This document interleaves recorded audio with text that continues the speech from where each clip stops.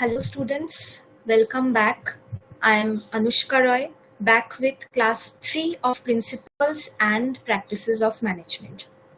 So, class शुरू करने से पहले दो बातें करनी है. पहली बात, क्लास 1 और क्लास 2 is not optional.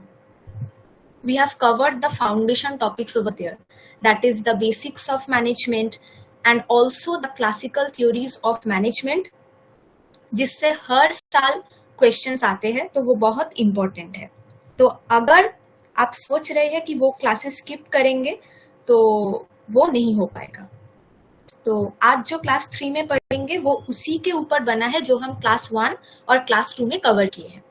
और दूसरी बात, क्लास 2 के शुरू के 5 मिनट के अराउंड मैंने बताया था कि for getting the complete guidance and proper study materials आप कहाँ से और कैसे ऐप डाउनलोड करेंगे, जैन सर क्लासेस ऐप, क्योंकि ये आपका पर्सनल असिस्टेंट रहने वाला है आपका ये सेमेस्टर के लिए. तो अगर अभी तक नहीं किया तो क्लास 2 के शुरू के 5 मिनट बस देख लीजिए, वहां पर पूरा चीजें समझाया हुआ है. Okay, so let's dive into today's topic, that is the neoclassical theories of management. In the previous class, we have covered the classical theories of management. Now, there we have learned that in classical theories of management, workers are treated as machines. Right? Workers is equal to machines. उन लोगों को higher पे करोगे तो workers खुश हो जाएंगे. So that's the idea of classical theories, which was given by two scientists, that is Taylor and Fayol. We had 5 principles under Taylor and 14 principles under Fayol. So to go through that, you attend the class 2 before coming into this session. So the Taylor's principle told us about scientific management, whereas the Fayol's principle told us about administrative management. Taylor's principle was about specific jobs, whereas Fayol's principle was about how to run an entire organization. This is the summary of the previous class. Now we are coming to the neoclassical theories of management. In the classical theories, it completely ignored the feeling of the workers. But the neoclassical theories focused on the feelings of the workers. That workers should be given value, workers should be seen to increase their productivity.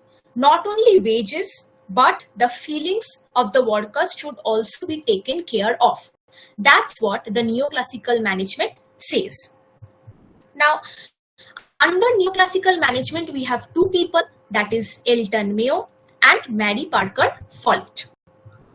Elton Mayo tells us about the human relations, whereas Mary Parker Follett tells us about human behavioral school. So today we'll study both of these theories along with proper examples.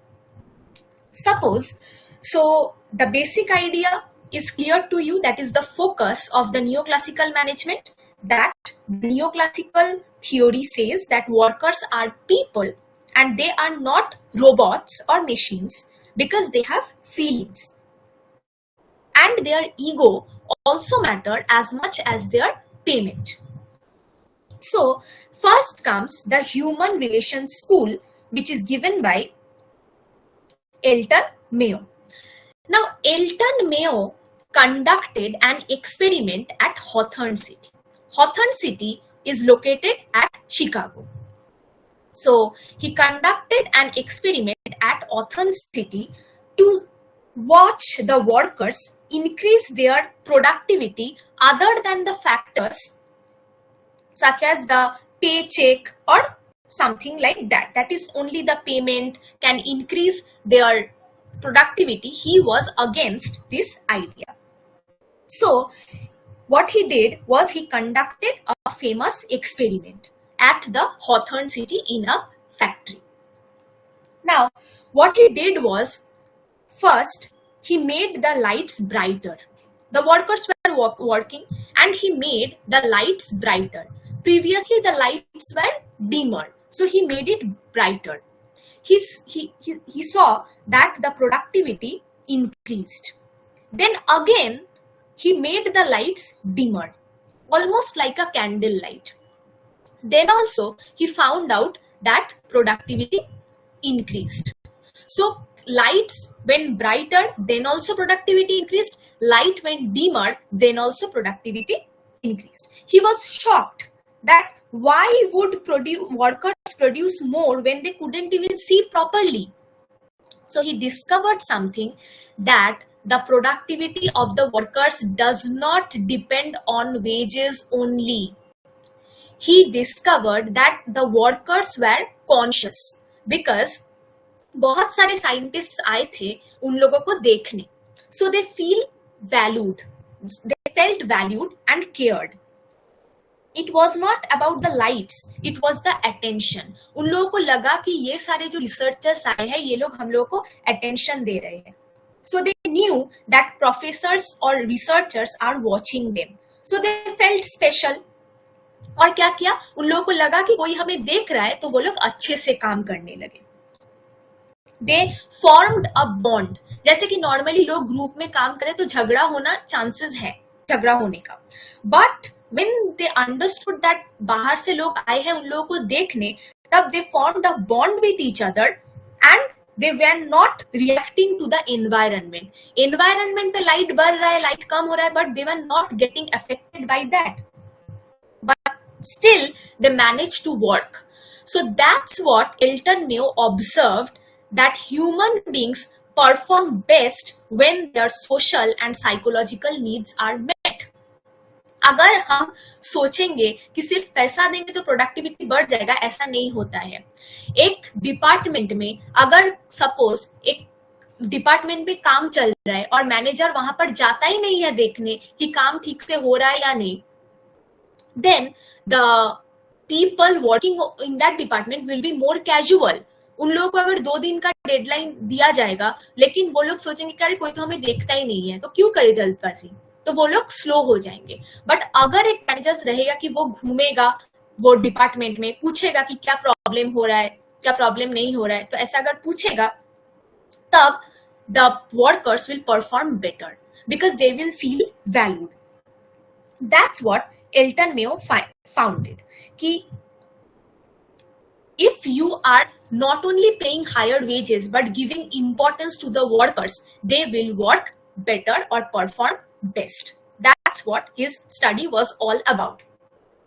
Then suppose managers thought in the classical theories, the managers thought that higher pay, happy workers, right? In the classical theories, higher pay, happy workers. But in the neoclassical theory, Elton Mayo found out that happy worker means feeling valued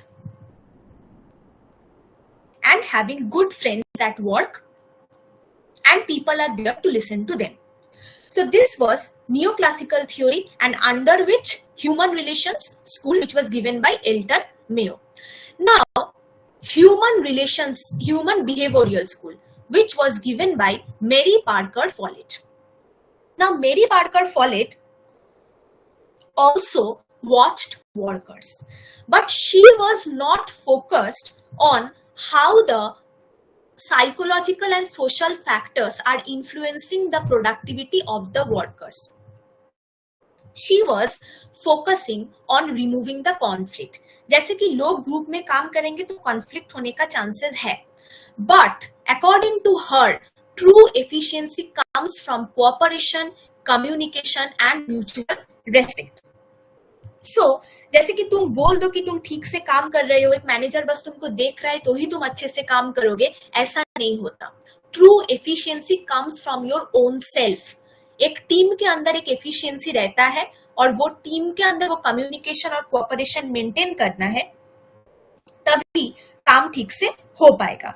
so basically Elton Mayo focused on making the workers feel happy, but the Mary Parker Follett, she focused on making the workers use their brains. कि वो बस कि workers अपने brain को कैसे use करे, वो कैसे खुद cooperate करे, problems को communicate करे और काम ठीक से करे. So basically,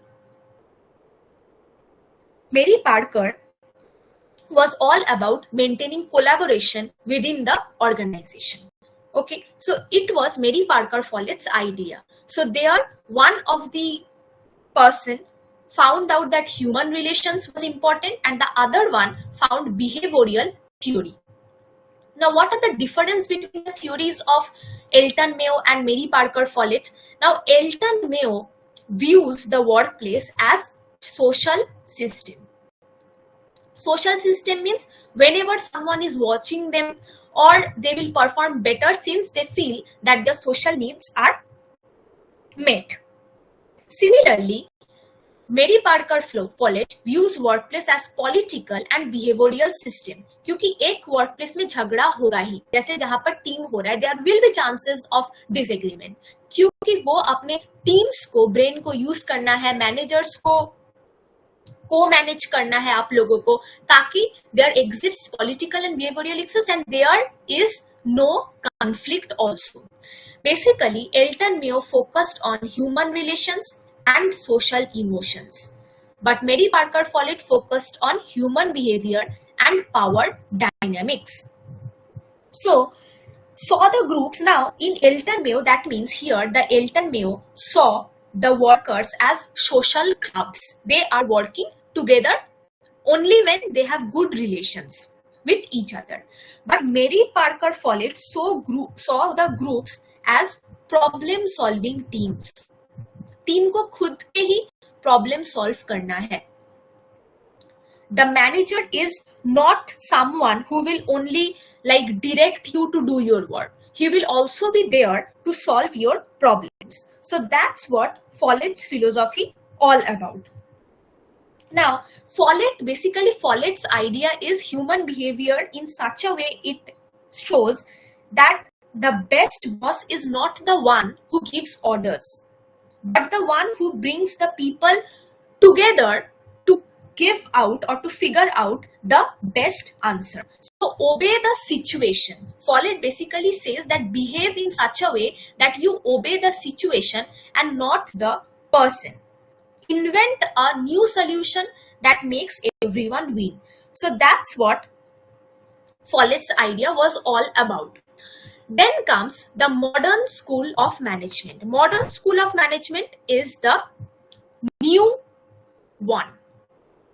In the previous class, when we studied the transition to management theories, there we have seen that modern schools tells us how to survive in the market, right? How to survive in a market. How can we survive in the market? If we consider certain factors, if we understand the taste and preferences of the customers, because customers are important factors, we should keep in mind the preferences and taste and preferences of the customer and provide them service accordingly. There will also be competitors present, and since the business environment is very dynamic, we should focus on adaptability and technology. So the main focus of modern school of management was adaptability in the market. Okay. Now under modern school of management, there are two persons. One is Peter Drucker, who is known as the father of modern management, and the one who is Michael Porter. Okay. So Peter Drucker is also known as the father of modern management. This is very important. And Michael Porter is known as the master of competition. So first, we'll see the theory which is given by Peter Drucker. Now, first thing, in the classical theories, we have seen that workers are treated as machines, right? Workers is equal to machines. In neoclassical theories, we have seen that It was all about people. The feelings of the people means the workers who are present in the organization. Whereas the modern school or the modern theories shows us the purpose. That how do we actually get things done in a chaotic environment? How to do the work? That's what the modern management deals with. Now suppose Peter Drucker said that manage by objectives. How can you manage by objectives? Suppose in a company, if there is a manager who says its workers कि work hard, बस ये बोल के छोड़ देता है कि work hard. अब जो वर्कर्स उन लोगों को कोई टारगेट नहीं दिया, कोई ऑब्जेक्टिव नहीं है, बस बोल दिया कि वर्क हार्ड, तो उन लोगों को क्या समझ में आएगा? कोई ऑब्जेक्टिव नहीं है तो वो लोग काम ठीक से नहीं कर पाएंगे. So management by objective says arts that the first thing you should do is set objectives. Not only saying work hard, but if I give a specific target that sell 50 items by Wednesday, if I tell them like this, if I give them a specific objective, they will perform better. They will feel the pressure to perform better. So after setting the objectives, the management should monitor the performance of the workers in the company. And after monitoring the performance of the workers, that is, monitoring is not just watching them. If they face any problem, guiding them also, providing them knowledge about the work also. So these are also the responsibilities of a manager. After monitoring, they should evaluate the performance of the workers, that whether they performed well or not. If they performed well, they will be given rewards. And after rewards, they will feel motivated and they will contribute better to organizational objectives. And after that, the managers will review the organizational objectives. So Peter Drucker focused on management by objectives. That is, the boss and the worker, they should agree on the goal together. That's what he said. Now, if suppose, like if I tell you that you read this topic, just study the classes which I have given to you, you will see that it is vague, because you will find that it is not important क्योंकि मुझे तो पढ़ना है exam से पहले. But that becomes vague. But if I say you that you study the classes 1, 2 and 3 and I will take a test of you in the next week, then you will feel the importance and you know exactly what to do. So basically, management by objectives is clarity plus freedom. You have the freedom because you have been given time, and you have clarity also that why you should study. And clarity plus freedom also gives you the motivation to study for the test. So that's why management by objectives is important. Now what did the Peter Drucker felt? Peter Drucker felt that businesses exist to create a customer. Why? Because he feels that profit is not the ultimate thing. Profit is just a reward to him. If you have good customer, you will earn profit. But if there are no customers, from where will you earn profit? It was his idea all about. So, according to him, customers are the most important asset or the valuable assets of the company. For example, I'm giving you a real example. Now, do you feel that why does Netflix spend billions on new shows? क्योंकि उन लोगों को पैसा खर्चा करना है? No, because if they stop making good shows, we, the customers, will unsubscribe them. So we, the customers, are real boss.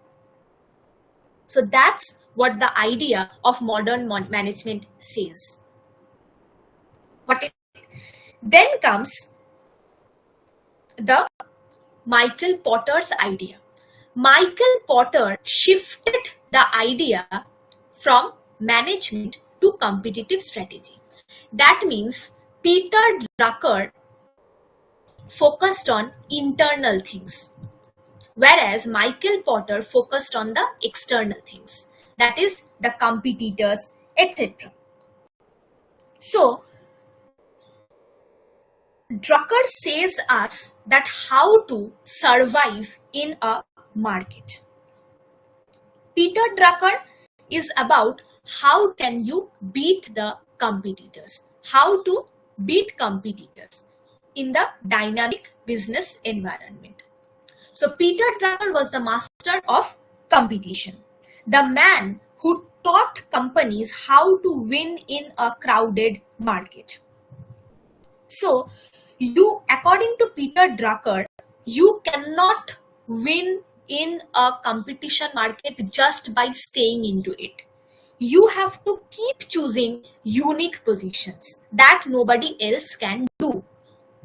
So basically, Michael Porter introduced the 5 forces. What are the 5 forces of Michael Porter? Now, these 5 forces says that these are basically the 5 forces means the outside pressures that try the companies to pull down. अगर ये सारे forces ज़्यादा हो गए, मतलब there is difficulty in surviving in the competition market. So the first and the foremost force is that competitive rivalry. That means the existence of competition, the existence of competitors. Suppose, imagine you are opening a small pizza shop in your neighborhood. Okay. Your success is not about your recipe. These 5 forces will try you to pull you down. So the first thing is competitive rivalry. That means the first force that will apply is that how many other guys are fighting for your competitors. और भी बहुत सारे pizza shops होंगे जो आपके customers के लिए लड़ रहे होंगे. That is the force.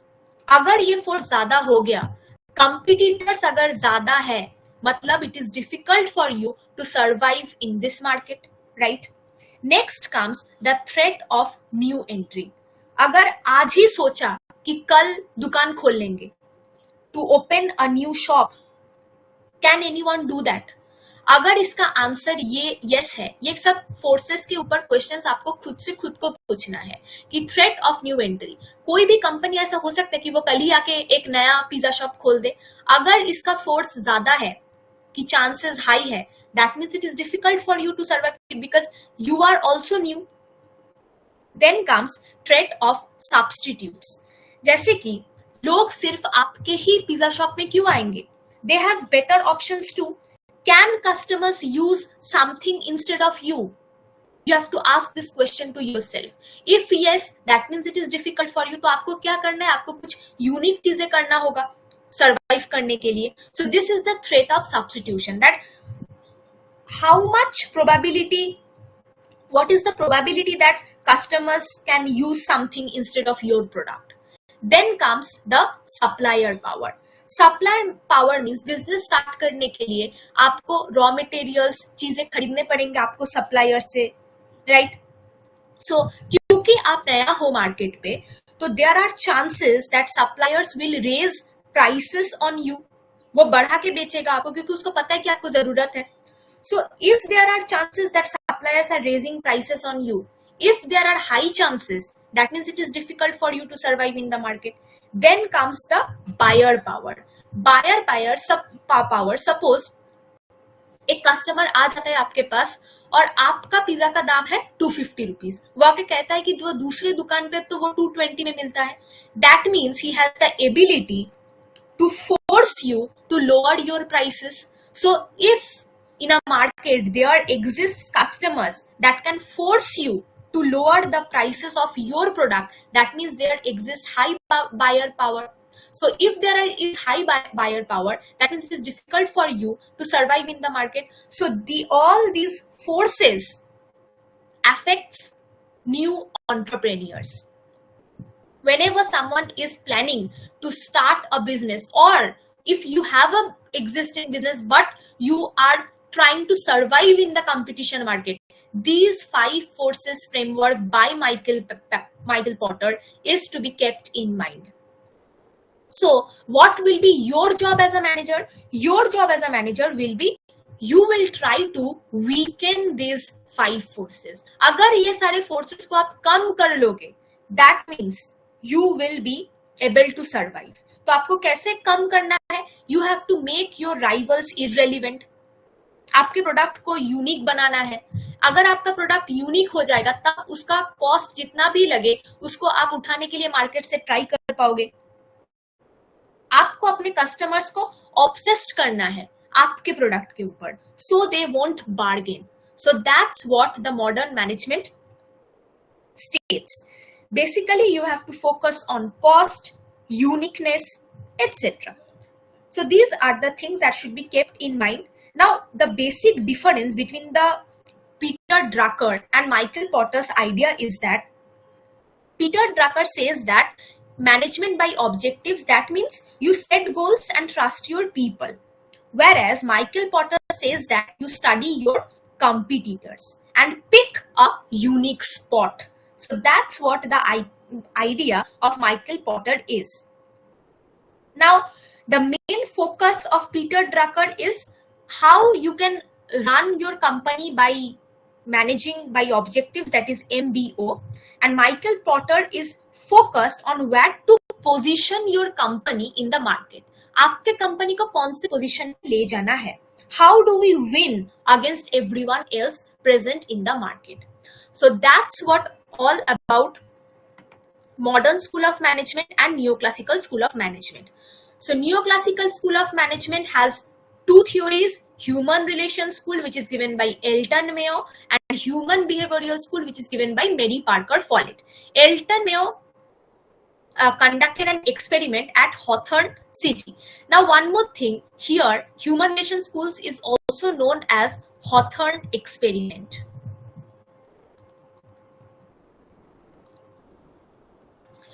There, she found out that employees or workers perform best when their social and psychological needs are met, whereas Mary Parker Follett found out that true efficiency comes from people working with cooperation, communication, and mutual respect.